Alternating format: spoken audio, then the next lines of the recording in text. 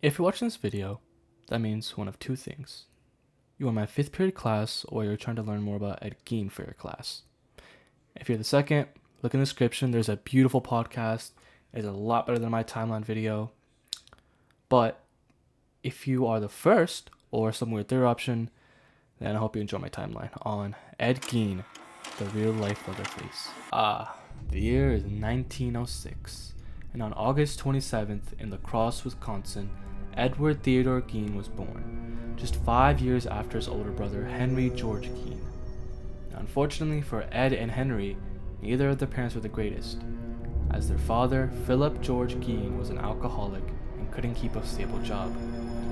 And their mother, Augusta Wilhelm Gein, wasn't the greatest either, as she was a Lutheran, which was a religion that believed that humans were imperfect and could be only redeemed through strict religious followings. The two boys weren't allowed to date, make friends, study certain things such as the female body, cannibalism, and Nazis, just to name a few. They also weren't allowed to go anywhere after school. Once school ended, they both had to come home immediately. Moving on, it's now 1915, and Augusta believes that the town they're living in is corrupting her children. And as she's the dominant figure in the family, she tells them they're moving to a small farm on Plainfield, Wisconsin.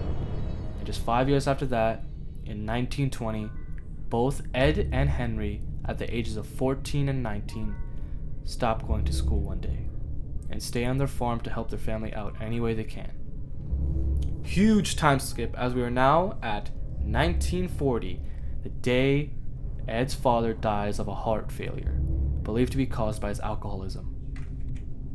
1944, the year Henry had found a divorced woman with a kid whom he found a fondness for.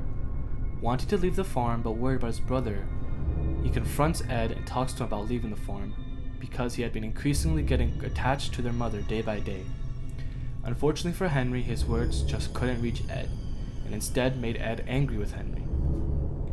So one day, while trying to stop a brush fire on their farm, Ed had supposedly lost sight of Henry, and then rushed to town to tell the news to the police. When the police followed Ed, he led them straight to Henry's body. Henry, by now, had already been dead, and had bruises on his head and no burns on his clothes or body. Even with all this, the police still chalked it up to a death by asphyxiation, or death by smoke inhalation. At Henry's funeral, Ed seemed almost happy about Henry's death, even saying that if he had lived, he would have become a disappointment. Now, around a year and a half later, Augusta Gein has a stroke. As she's recovering from it, her and Ed go to Mr. Smith's house. When going there, Smith had been beating a dog, and a woman came out the house yelling at him to stop. After witnessing that, she gets a stroke, and not because of Mr. Smith beating a dog, but because she had seen a woman and a man living in the same house that weren't married. Unfortunately, Augusta did not survive this stroke and died on December 29th, 1945. And later, Ed Gein, at his mother's funeral, was seen to be more like a child who had lost his mother than an adult.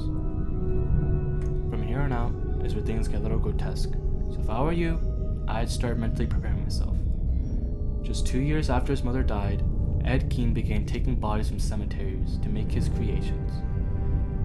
Many time skip later, we're now at 1954, and I forget, what happens here again?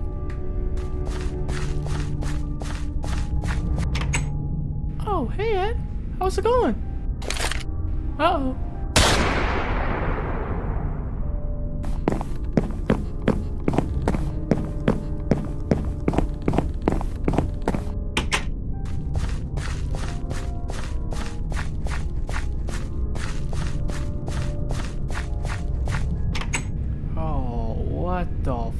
Finally, now I remember, it was the death of Ed Gein's first verified victim, Mary Hogan.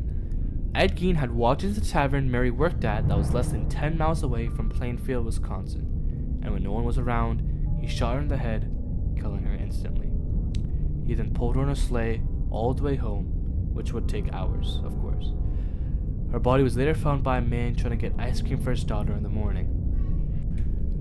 Other than a bullet found from a .32 caliber Mauser pistol, no other physical evidence was found. Later, when people were talking about Mary Hogan's disappearance at a diner, Ed Gein had gone up to a group of 2 and said, "She's not missing. She's at my house." 3 years later, 1957, Ed Gein kills again. This time, a woman being Bernice Warden, the owner of a hardware store. He had walked into her store, took a gun off the shelf, and loaded a bullet from his pocket into the gun, and fired it at Bernice Warden before she could even realize what was happening. He then later returned to the store to take around $41. Unfortunately for Ed Gein, Bernice's son, who was a sheriff at the time, became worried when her mother's shop did not open the next day. After breaking into the store, since the door was locked, he saw it was a mess and there was a pool of blood next to the register. He then immediately checked the sales slip Bernice always kept to keep track of sales, and saw Ed Gein had bought antifreeze and was the last person to buy something from the store. Frank then called the police and told them what had happened. They sent one group of police officers to Ed Gein's house and another to Frank to have the search team. While the first group of police officers were heading to Ed Gein's farm, Frank's group found Ed at a local diner and questioned him about Bernice. Ed feigned ignorance, of course, but the police officers didn't believe him. When the first group arrived, they had to use flashlights since his house was extremely old, so it was dark, and it was a mess because he hadn't taken care of it since his mother died. While they're looking around, something brushed against one of the officer's jackets. He instantly turned his flashlight to it and thought it was an animal carcass at first, but as the others turned their flashlights to it as well, they realized it was the gutted body of Bernice Warden, held up by her heel on a pulley hook. They had also found several of Ed Gein's human creations just laid out, some of which being a wastebasket, chair seat covers, and lampshade, all made up of human skin and bones.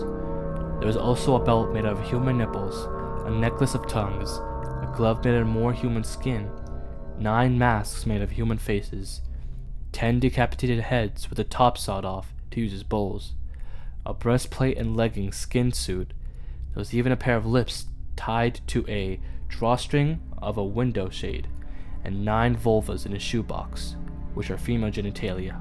One of the police officers even found a bag that had hair sticking out of it, and not thinking about it, he pulled out the hair, only to find it was the face of Mary Hogan, turned into a mask.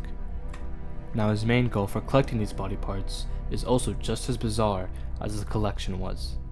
He wanted to create a skin suit that resembled his mother and wear it. He even talked about having put female genitalia over his own. Moving on to November 21st, 1957, Ed Gein went on his first trial. Now with all this evidence being brought against him, Ed Gein would plead guilty to the murder of Mary Hogan and Bernice Warden, and was sent to an asylum for the insane. Later, he was stated to have killed these women because they reminded him of his mother, and when they talked about it, he talked about it as if he had done nothing wrong. Later, he was sent to trial again on 1968, as the asylum stated he was not insane, but unfortunately, he was ruled not guilty under insanity, and again was sent back to a mental asylum for the criminally insane. Finally, Edward Theodore Gein would die in 1984 in that asylum.